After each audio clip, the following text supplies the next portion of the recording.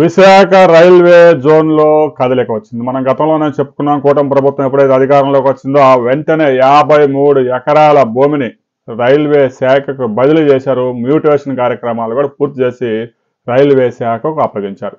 వెంటనే కేంద్ర ప్రభుత్వం కేబినెట్లో పెట్టి రైల్వే జోన్కు ఆమోదం తెలిపింది. గతంలో రాష్ట్ర విభజనలో భాగంగా రైల్వే జోన్ ఆంధ్రప్రదేశ్కి వచ్చింది. అయితే వైసీపీ ప్రభుత్వం 5 సంవత్సరాలు మాకు ఎలాంటి కమిషన్లు వచ్చే అవకాశం లేదు కాబట్టి ఆ ప్రాజెక్ట్ని పక్కన పడేసింది. లేదంటే ఈ పాటిగా రైల్వే జోన్ పనులు పూర్తి అయిపోయి ఉన్నాయి.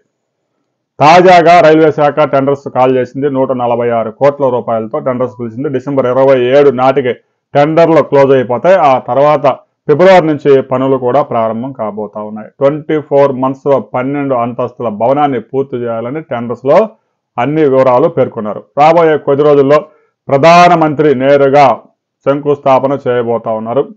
విశాఖ ప్రజలకి మరో గుడ్ న్యూస్. దేశంలో ఎక్కడా లేని విధంగా పూడిక మడకలో దాదాపు 82,000 కోట్ల రూపాయల ఖర్చుతో ఎన్టీపీసీ హైడ్రోజన్ గ్రీన్ ఎనర్జీని ఉత్పత్తి చేయబోతా ఉంది. దేశంలోనే మొదటిసారిగా రాబోయే రోజుల్లో ఇది గ్రీన్ ఎనర్జీ హబ్గా ఏర్పాటు కాబోతా ఉంది. అందుకే నీతి ఆయోగ్ సభ్యులు కూడా విశాఖపట్నాన్ని సందర్శించారు. పారిశ్రామికంగా ఆంధ్రప్రదేశ్కి జీవనాడిలా విశాఖపట్నం మారబోతా ఉంది. ఐటీ కంపెనీలు కూడా విశాఖ నుంచి భోగాపురం మధ్యలో రాబోతా ఉన్నాయి. రాబోయే కొద్ది రోజుల్లో ఇన్ఫోసిస్ క్యాంపస్ ఓపెన్ చేయబోతా ఉంది. ఎంతమందికి ఉద్యోగాలు ఇవ్వబోతా ఉంది అనే వివరాలతో మరో వీడియోలో తెలుస్తుంది. వీడియో లైక్ చేయండి, షేర్ చేయండి, సబ్స్క్రైబ్ చేసుకోండి.